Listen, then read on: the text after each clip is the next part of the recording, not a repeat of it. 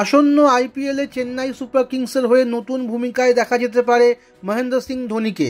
Social মিডিয়ায় নিজেই এই ইঙ্গিত দিয়েছেন চেন্নাই অধিনায়ক। সোমবার তার 12 শব্দের পোস্ট ঘিরে তৈরি হয়েছে নতুন জল্পনা।